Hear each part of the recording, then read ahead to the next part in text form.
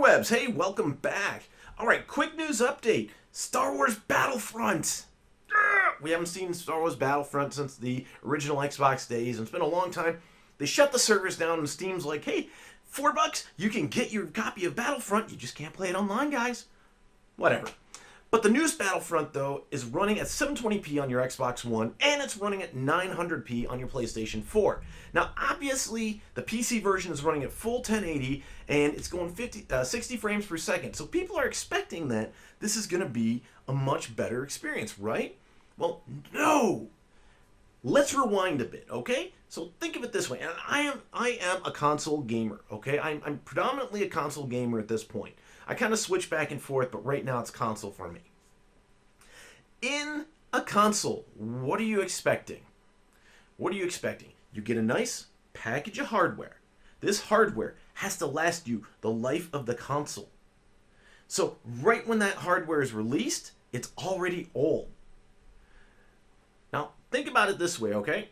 On launch date of the PlayStation 4, it was solidified what was going in that box, so anyone could program against it.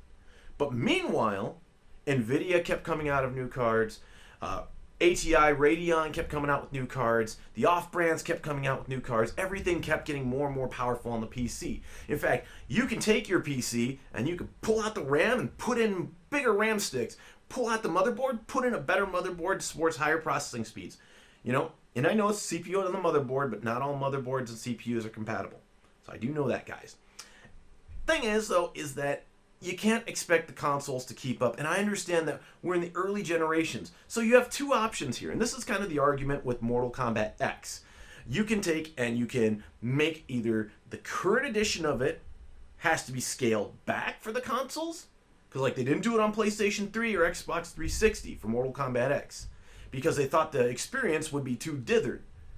So you either have to scale it back so it runs the way you want it to on this generation of consoles, or what you have to do is you have to just live with the fact that your PS4 and your Xbox One consoles are going to run it a little bit worse than PC. Now, obviously, if you're a gamer and you know anything about hardware, obviously, wherever the hardware is weakest, that's where it's going to perform the worst. Take Sega Genesis, for instance. All the games that were ports had a weaker color palette on Sega Genesis, because it didn't have the full color palette of the Super Nintendo. We're still dealing with that kind of stuff today, guys.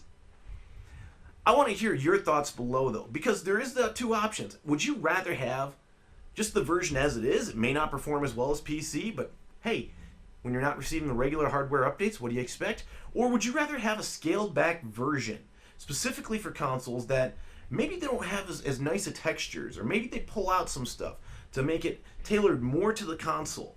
It'd be a slightly different experience and maybe not as noticeable for everyone.